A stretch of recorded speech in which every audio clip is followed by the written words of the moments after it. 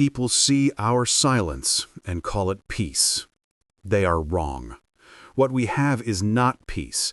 It's a meticulously negotiated ceasefire in a war that no one else can see. The battlefield is our home, a beautiful 3-bedroom colonial with a manicured lawn and hydrangeas that Nina tends to with a surgeon's precision. The weapons are not shouts or slammed doors, but pauses, omissions, and the careful placement of words, like landmines in a field of fresh snow. I am 41 years old, and I have been married to Nina for 14 years. We are the couple you point to when you want to say, "See, it can be done," a mature, respectful partnership. If only you could see the architecture of our dust. If only you could read the memos we send each other in the language of withheld affection.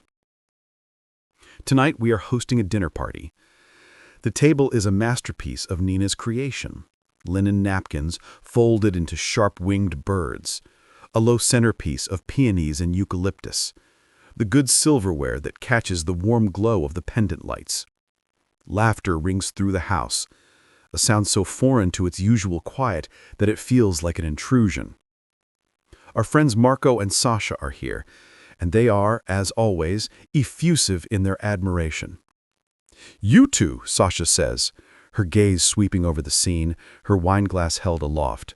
"I swear, you give me hope. After the year Greg and I had, the screaming matches over whose turn it was to buy toilet paper, you're an oasis. You never fight." Nina, from her seat beside me, reaches over and places her hand on mine. Her skin is cool and smooth. A public display, a calculated move. Her smile is a perfect, gentle curve. "We respect each other too much for drama," she says, her voice a soft melody designed to soothe and convince. I turn my hand over to lace my fingers with hers, a reciprocal move. Our joined hands are a lie made flesh, resting on the table for all to see. It's all about choosing your battles, or in our case, realizing most aren't worth choosing at all. Marco shakes his head in mock despair. "See? Wisdom! You hear that, Sash? They're not fighting because they're too smart to find battles. We're out here brawling in the mud over paper towels." The conversation moves on, but the seed of their admiration has been planted in the barren soil of our reality. It takes root in the hollow space behind my sternum. We don't fight. No, we do something far more corrosive. Later, after the door has closed behind our friends and the last of the wine glasses have been loaded into the dishwasher, the performance ends. The house drops back into its true sound. The low hum of the refrigerator, the whisper of the central air, the profound quiet of two people trying not to make a sound. We move through the kitchen in a silent, practiced dance, avoiding collision, not out of grace, but out of a mutual desire to not have to apologize. We brush our teeth side by side at the double sinks in our bathroom. It is a ritual of profound intimacy that has been stripped down to its mechanical components.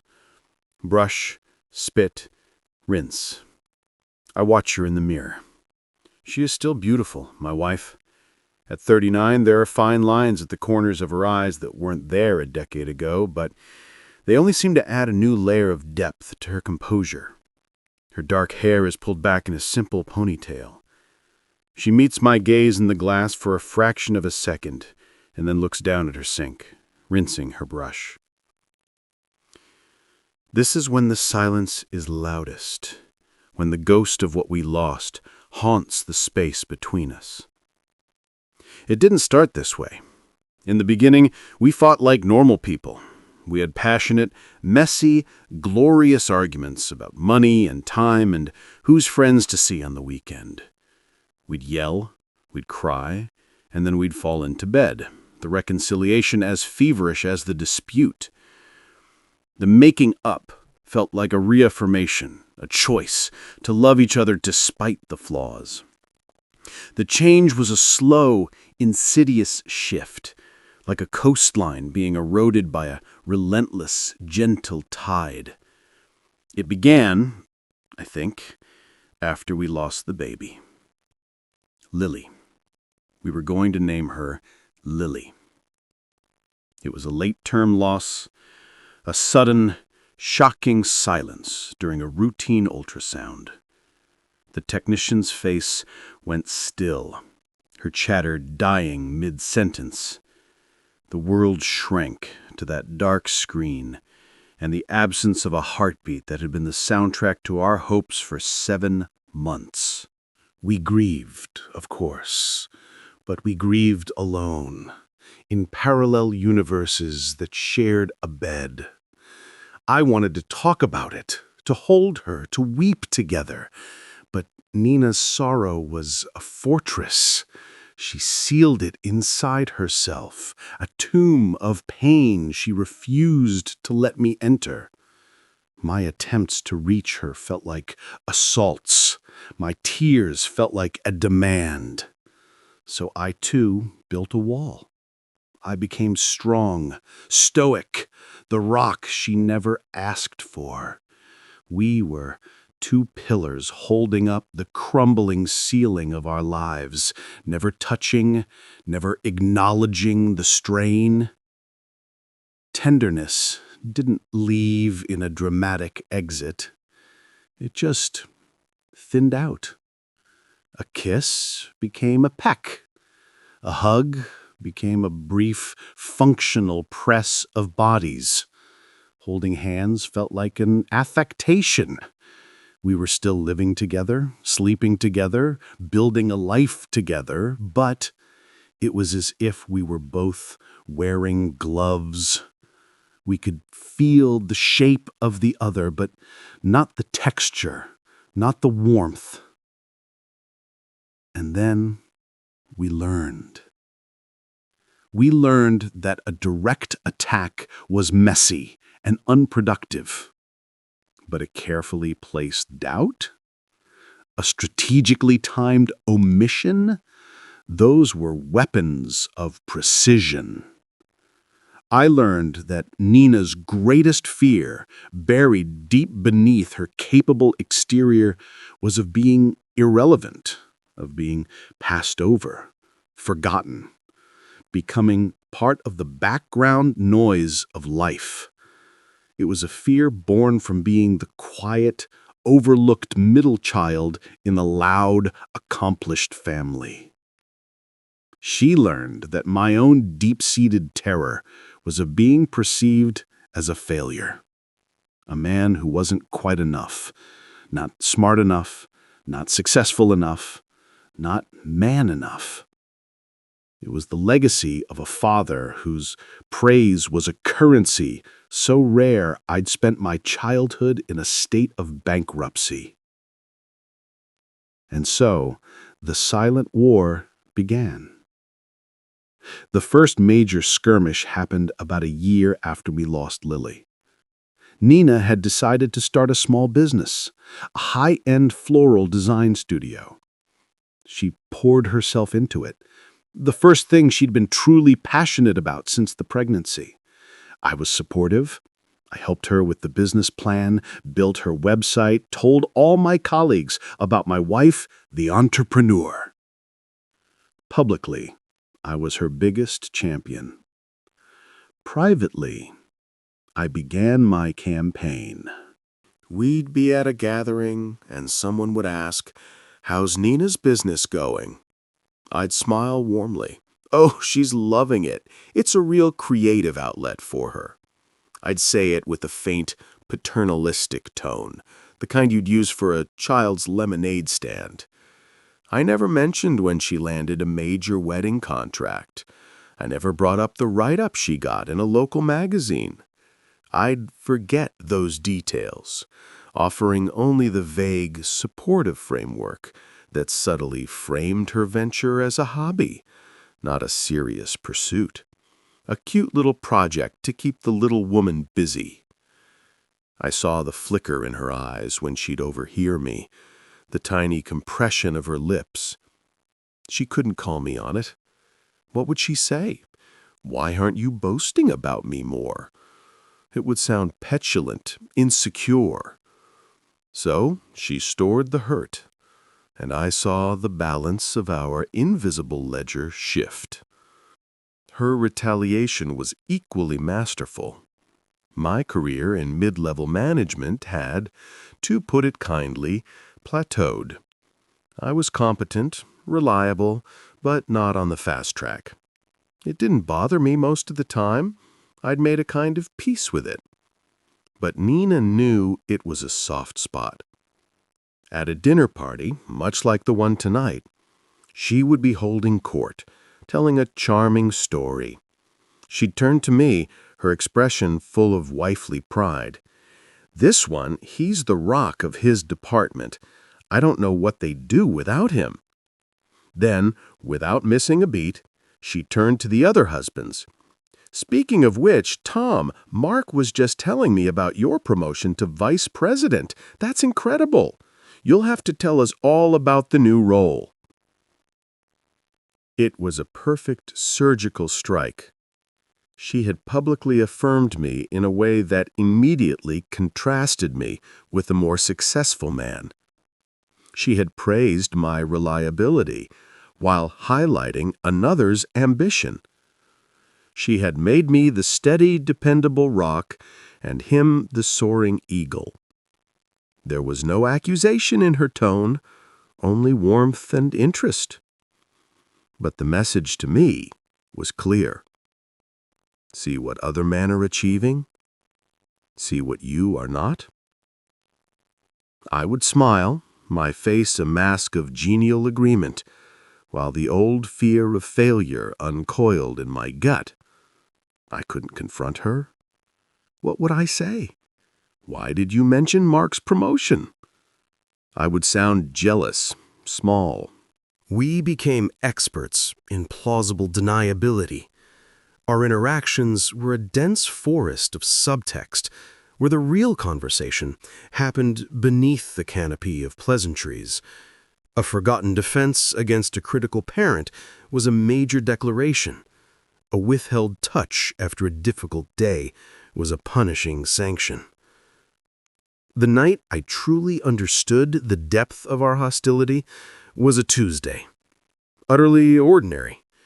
We were lying in bed, back to back, the blue glow of our phones painting the darkness.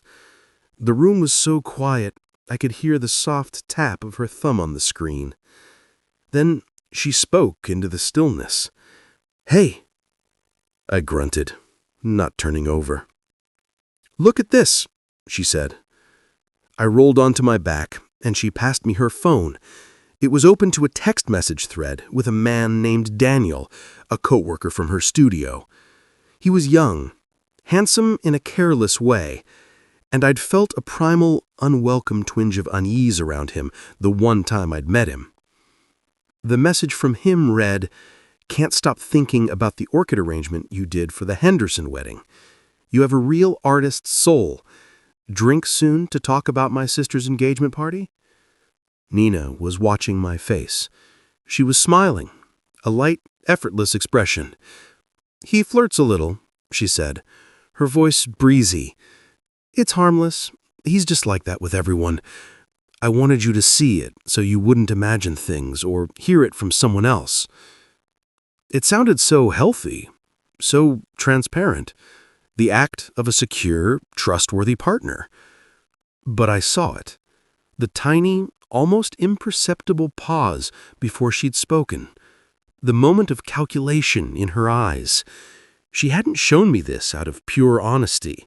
She'd measured the dose of truth like a pharmacist, giving me enough to appear virtuous, but not enough to alleviate the poison of doubt. She was showing me that she had options, that her artist's soul was being appreciated elsewhere. My own response was instantaneous, a reflex honed by years of this silent combat. I handed the phone back, my face a mask of relaxed understanding. "Thanks for showing me," I said. "I appreciate the honesty. I paused, letting the silence stretch for just a beat too long. You know, it's funny. There is a woman at my office, Clara. She does the same thing, always finding reasons to linger by my desk, bringing me coffee. It gets a little close sometimes, but I always shut it down, immediately. I looked her squarely in the eye. You have nothing to worry about. It was a lie. Clara was a perfectly pleasant professional woman in her 50s who brought coffee for everyone in the department. But the story served its purpose. It was my own dose of strategic truth, the truth of my loyalty, weaponized and paired with the fiction of a threat. I saw her jaw tighten. Just for a second, a tiny ripple in her composure. Then the smile returned, softer now. "Thank you for being honest with me, too," she said. We put our phones down. We turned off the lights. We settled into our usual positions, back to back in the king-sized bed, a canyon of sheets between us. No argument, no accusations, just a mutual, unspoken understanding. That night, we had not built trust. We had not reassured each other. We had both consciously, deliberately introduced the specter of danger into our marriage, and in doing so, had acknowledged that the other was a potential threat. The war was no longer cold. It had just found a new, more intimate theater. The following months were a masterclass in psychological reconnaissance. Our home became a landscape of tells and clues, each of us playing the part of both spy and counter-spy. I began to notice that Nina had changed her phone password. It was a small thing, but in the context of our new reality, it was a fortress wall being raised. I'd notice her angling the screen away from me when she typed. I'd see her take her phone with her to the bathroom, a habit she'd never had before. In response, I started checking her location when she said she was working late at the studio. I'd pull up the Find Me app, my heart a dull, anxious drum in my chest, and watch the little pulsing dot sit stationary at the address of her shop. I wasn't looking for proof of an affair. I was looking for a deviation, a lie. I was taking inventory. She, in turn, began to notice the smallest changes in my schedule. "You're home late," she'd remark, her voice neutral, as she stirred a pot on the stove. "Traffic was a nightmare on the bridge," I'd reply, which was sometimes true. Other times, I'd just been sitting in my car in the parking garage listening to the end of a podcast, dreading the walk into our beautiful, silent house. She started forgetting things that were important to me. The weekend I was supposed to go on a fishing trip with my old college friend, Rob, a trip I took every year, she accidentally double-booked us to have dinner with her parents. "I'm so sorry, it completely slipped my mind," she said, her face a perfect picture of contrition. "You can still go, of course. I'll just have to tell Mom and Dad we can't make it. They'll be so disappointed. They were really looking forward to seeing you." It was a checkmate in 3 moves. If I went fishing, I was the asshole who stood up her elderly parents. If I stayed, I lost my one annual escape. I stayed. The resentment was a cold, smooth stone in my pocket. My revenge was more subtle. She was preparing for a major meeting with a potential corporate client for her studio. She was nervous, poring over her portfolio for nights on end. The morning of the meeting, as she was rushing to get ready, I said, "You look tired, honey. Do you want me to make you a stronger coffee?" It sounded like care. It sounded like concern. But I saw the way her eyes flicked to the mirror, the tiny frown as she scrutinized the faint shadows under her eyes. I had planted a seed of self-doubt right before the most important pitch of her career. She didn't get the client. She never said a word to me about my comment. She didn't have to. That night, she was particularly quiet. And when I moved to hug her, she stiffened almost imperceptibly and turned away to load the dishwasher. The message was received. Damage balanced. We were like two master gardeners meticulously tending a garden of shared grievances. We watered them with silence, fertilized them with resentment, and pruned them with small, precise acts of emotional violence. The garden was thriving. The most terrifying part was the facade we maintained. We still hosted dinner parties. We still went to neighborhood barbecues. We still took our annual vacation to a quiet beach, where we would sit side by side under an umbrella, reading our books, a picture of marital bliss. We'd post the photos online, Nina laughing, her head thrown back, my arm around her waist. The comments would roll in. Hashtag couple goals. Hashtag relationship inspiration. Each like felt like a small, sharp stone hitting my skin. I started having a recurring dream. In it, I am standing in our living room, and I open my mouth to scream. I push all the air from my lungs, my throat straining, but no sound comes out. The silence just gets thicker, heavier, until it feels like I'm drowning in cotton. I'd wake up gasping, my heart hammering against my ribs, the silence of our bedroom more oppressive than any noise. I began to wonder, lying awake in those pre-dawn hours, what she was truly trying to achieve. Was she trying to replace me with some hypothetical Daniel? Or was she just trying to remind me, constantly, that she could, that she was not irrelevant, that she had power? And the darker, more corrosive question would always follow, slithering into my mind. Was I doing the same thing? Was my quiet sabotage not a defense, but an offense? Was I, in my own way, trying to punish her for the child we lost, for the wall she built, for the simple, devastating fact that the woman I loved had become my most skilled adversary? One evening, I came across an old photo album while looking for a tax document in the basement. I blew the dust off the cover and opened it. There we were, years ago, at a county fair. Our faces were younger, softer. I had my arms slung around her shoulders, and she was leaning into me, her head on my chest, laughing at something just outside the frame. Our eyes were bright, not with the polished sheen of performance, but with a genuine, unguarded joy. I touched the photograph, the glossy surface cool beneath my finger. The people in that picture were strangers to me now. They were ghosts. I closed the album and put it back in the box. I didn't mention it to Nina. There was no point.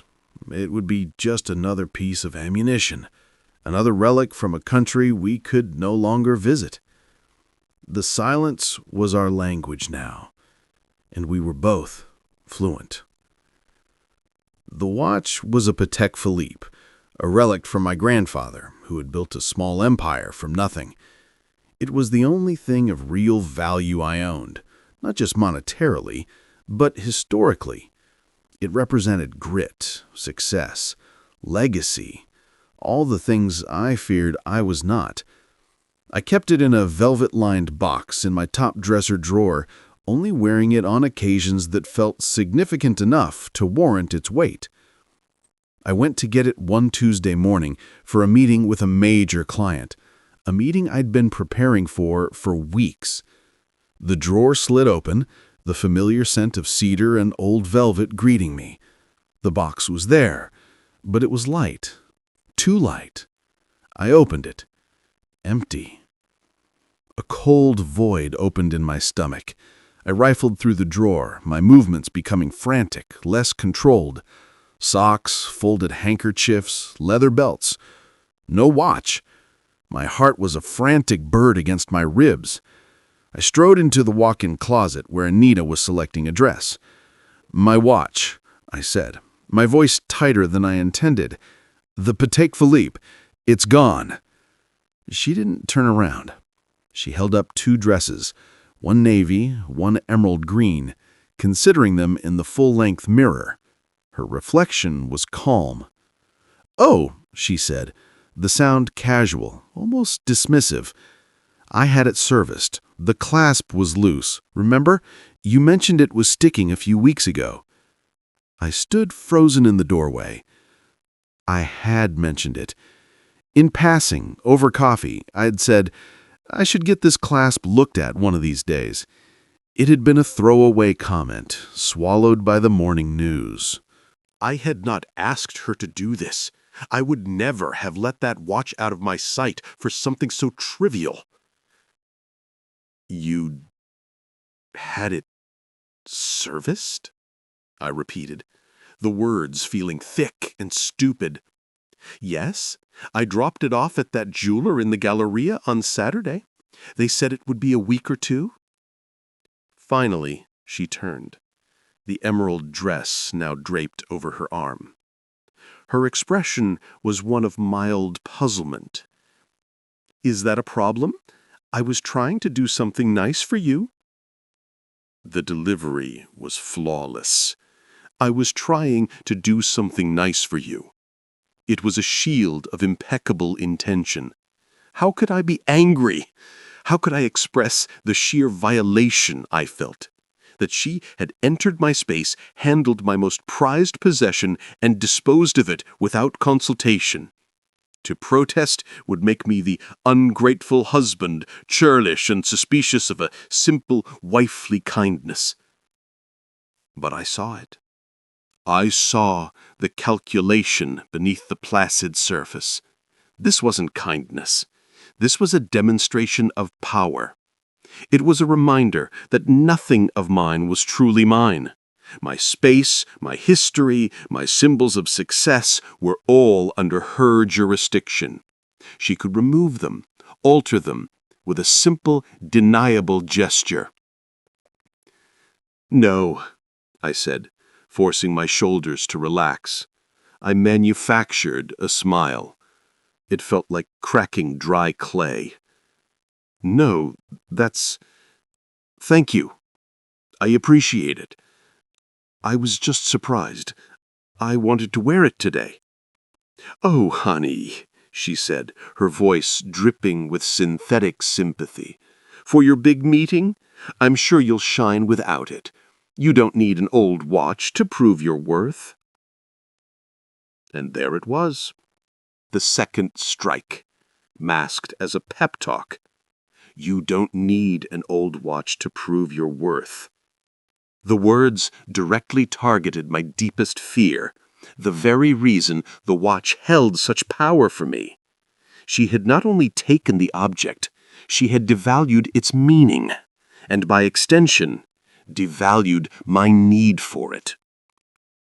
I stood there, utterly disarmed. I had no move to make. Any retaliation would be crude and obvious. So I just nodded, a stiff, mechanical motion, and retreated to the bathroom to finish getting ready. The meeting that day was a blur. I shook hands, presented figures, made my case, but I felt naked without the weight of the watch on my wrist. Its absence was a constant, humming reminder of the silent transaction that had taken place in our closet. I felt less than myself. I felt like a failure. That night, I began my own operation. It was time to stop merely defending and start gathering intelligence with purpose. The watch incident had clarified the stakes. This was not a Cold War anymore, it was an occupation, and I was living on annexed land. I started a note on my phone, locked and password protected. I titled it, The Ledger. I began to record every slight, every forgotten defense, every pointed compliment, every strategic omission. I wrote down the date, the context, and the perceived emotional impact. I was no longer going to rely on memory. I was building a case. October 12th. Told Marco my presentation was efficient while praising his as visionary. Undermined competence. October 28th. Forgot to tell me my father called. Isolated from family. November 5th. Took watch for servicing without consultation. Asserted control over personal property, identity. The act of writing it down was both painful and empowering. It transformed our vague, atmospheric conflict into something tangible, a list of crimes. It made the madness feel structured, and in that structure, I found a grim sense of purpose. My surveillance intensified. I noticed she had started using a new perfume, something with notes of sandalwood and amber, darker and more sensual than the light floral scents she usually preferred. I found the bottle on her vanity. Neat Noir. Black Night. I didn't ask about it. I just added it to the ledger. November 18th. New perfume, more provocative. A signal or a provocation?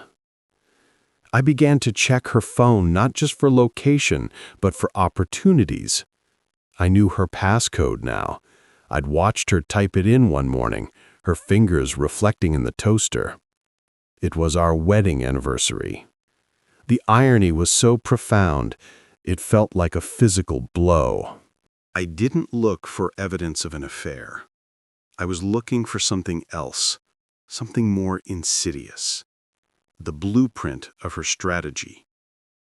I scrolled through her messages with Daniel. They were, as she had said, mostly professional. But the subtext was a rich tapestry. He praised her relentlessly. Your mind for color is unparalleled. You've built this from nothing. It's incredible. He was feeding the very part of her that I was starving, her need for relevance. And she lapped it up. Her replies were always professional, but she never shut him down. She never said, "Please, keep this strictly business." She allowed the adoration to flow, a constant drip of validation that I was withholding. I was the source of her drought, and he was the potential oasis. I wasn't sure if she planned to drink from it, but the fact that she was keeping it there, on the horizon, was the point. The breaking point, when it came, was not about another man. It was about a plant. Nina had a fiddle leaf fig tree in the corner of the living room. It was her pride and joy, a symbol of the life and beauty she cultivated within our home. She tended to it with a devotion that was almost religious, checking the soil moisture, misting its large, leathery leaves, rotating it meticulously for the perfect amount of light. One Saturday, she was away at a floral workshop for the day. I was home, cleaning. I moved the fig tree to vacuum underneath it.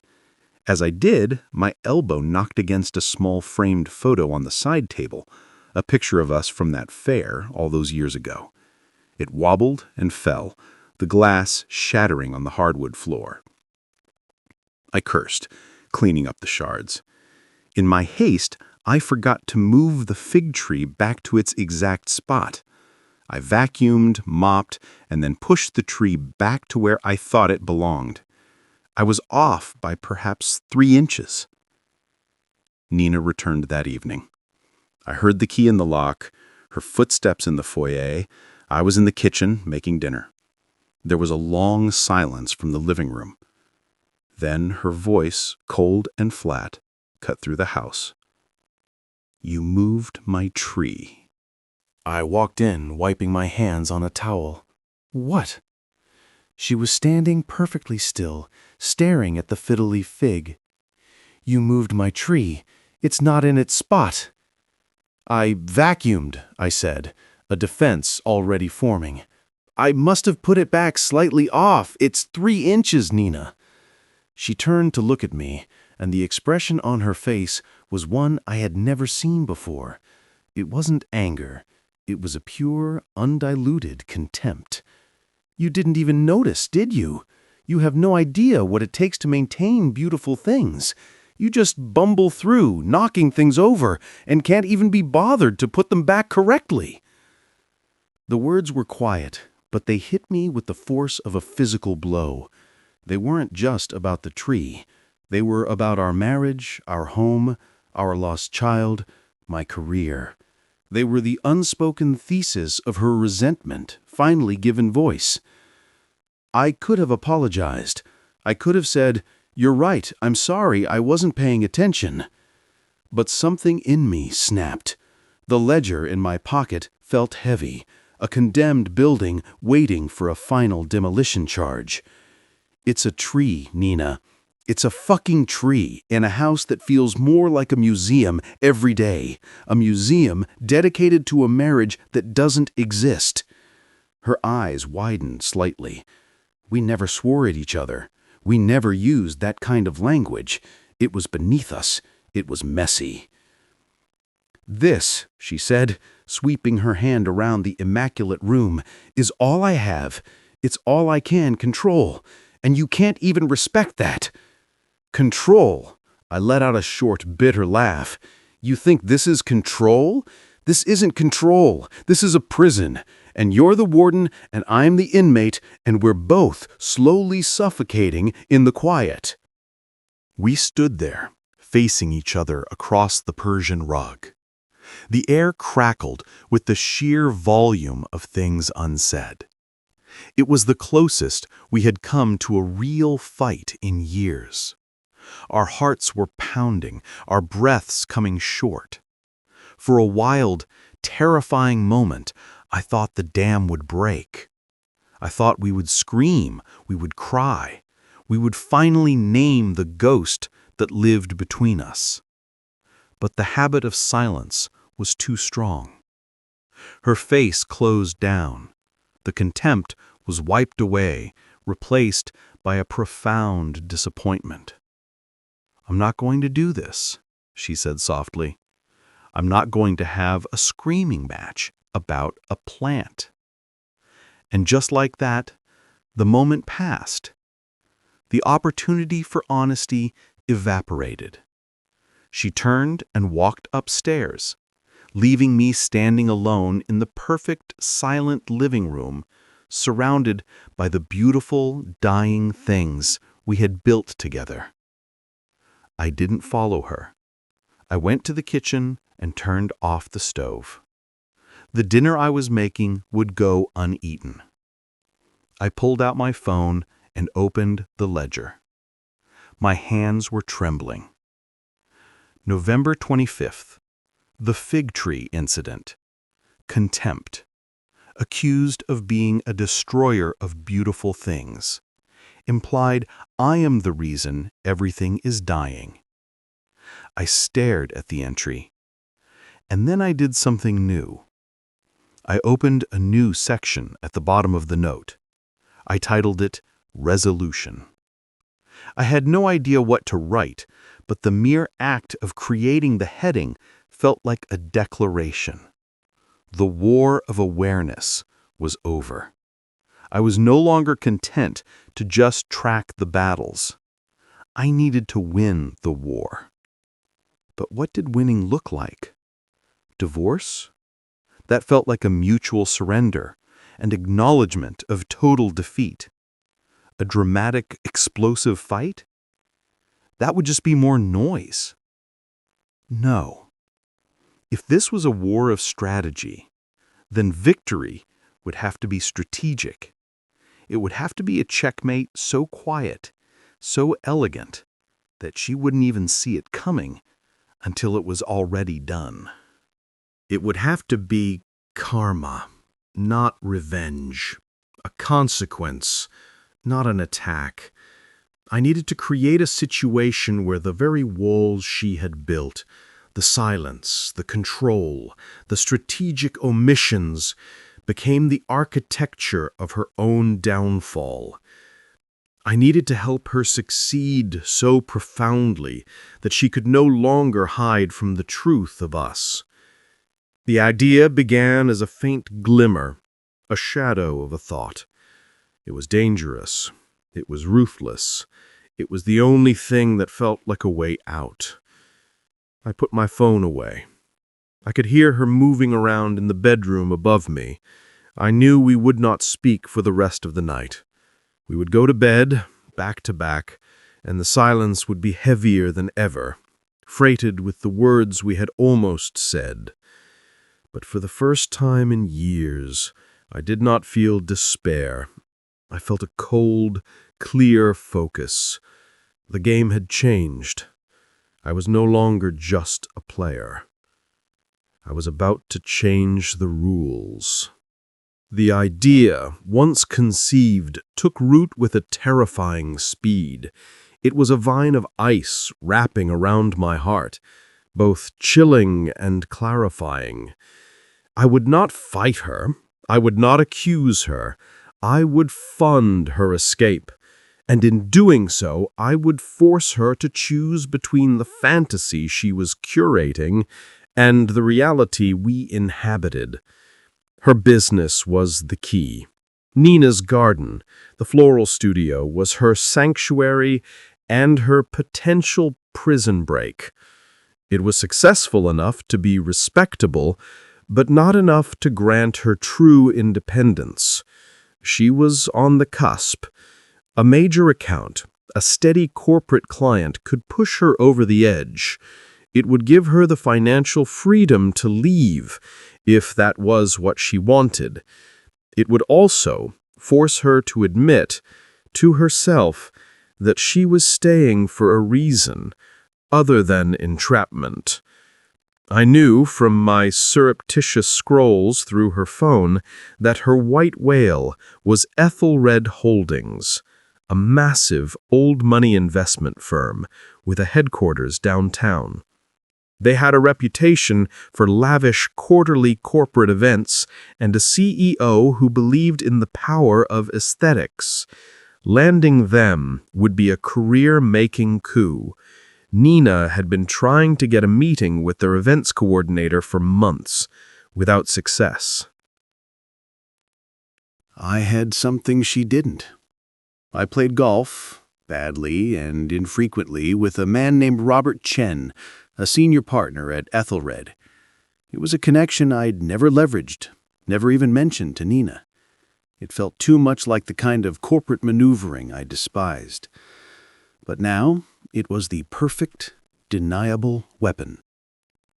I met Robert for a drink, under the pretense of picking his brain about industry trends. The conversation was easy, familiar. And then as we were finishing our second scotch, I slid it in.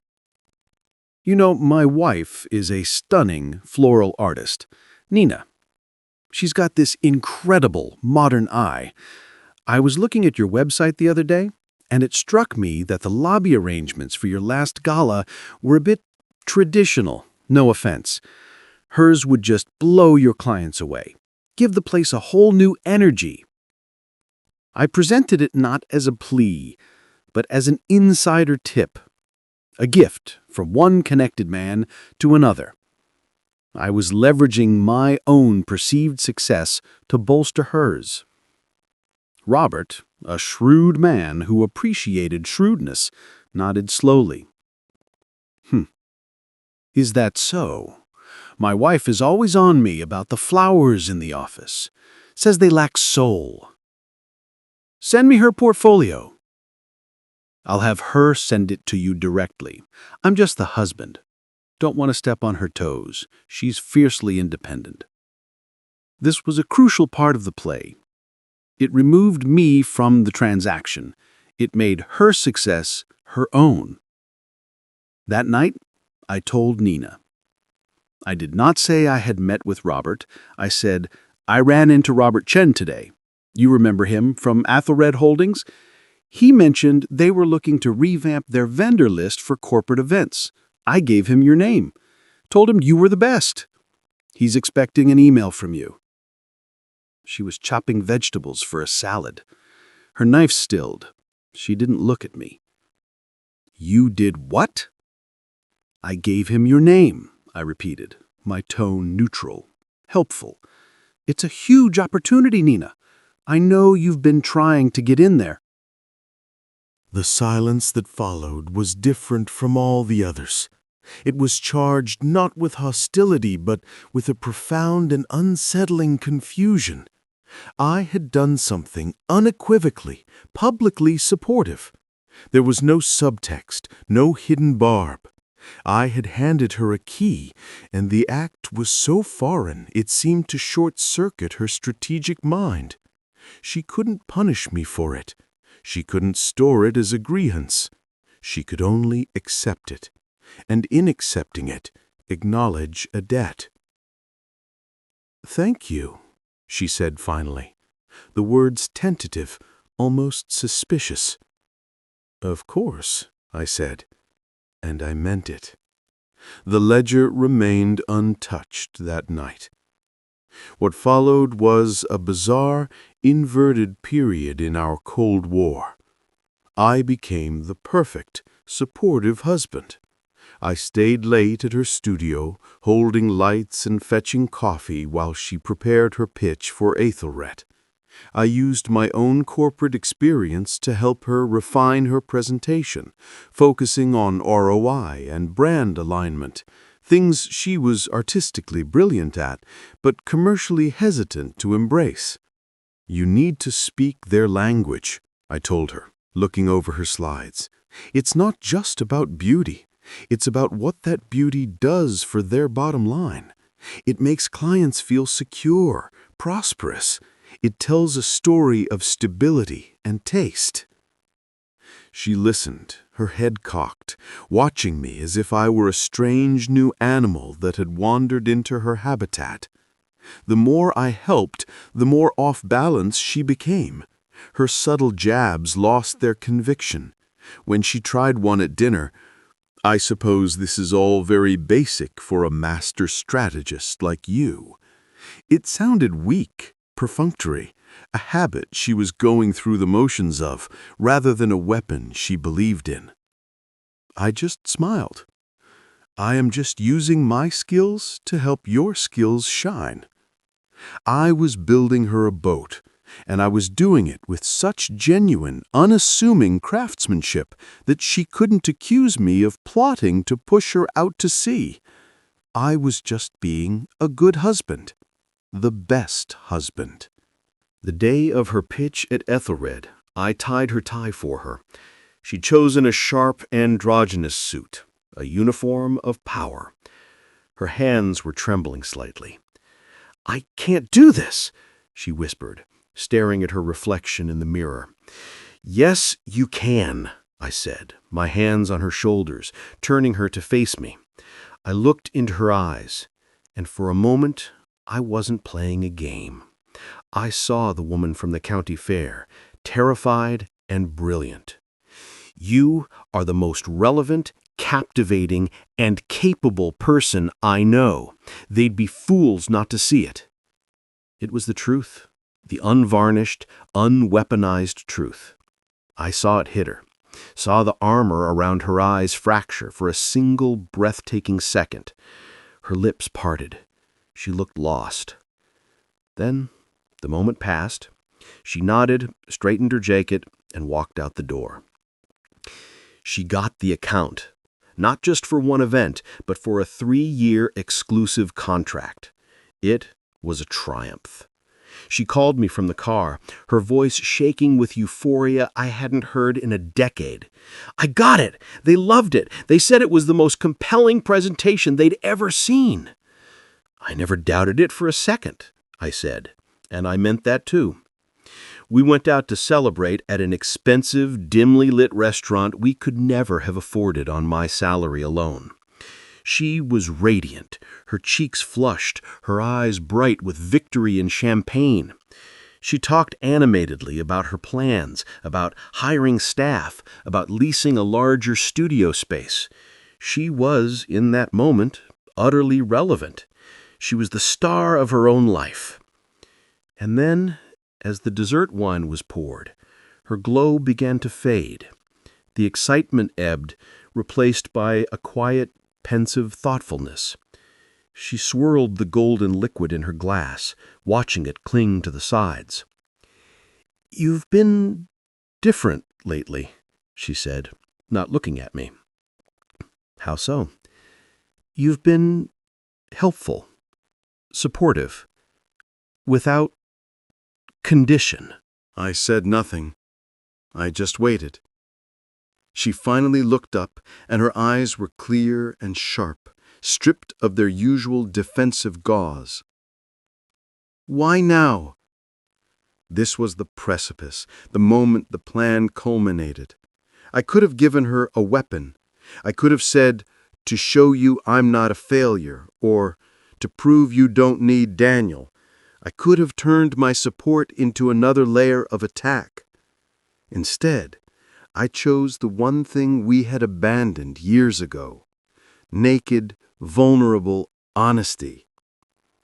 Because I'm tired, Nina. I'm tired of the silence. I'm tired of keeping score.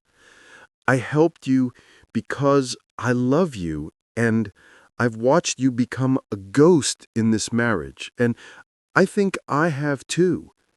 I thought if I could help you get what you needed, truly needed, not just what we used to hurt each other, you might finally be happy.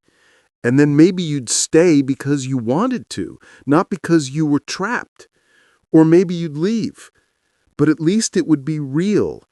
At least it would be a decision and not just this endless, quiet punishment for a loss we were never brave enough to face together. The words hung in the air between us, stark and unadorned. There was no plausible deniability. There was only the raw, trembling truth. She stared at me, her face a canvas of shock. The carefully constructed persona of the calm, collected wife crumbled. I saw the grief, the anger, the years of stored loneliness flash in her eyes. A single tear escaped, tracing a path through her perfect makeup. "You think I feel trapped?" she whispered, her voice cracking. "Aren't you?" I asked softly.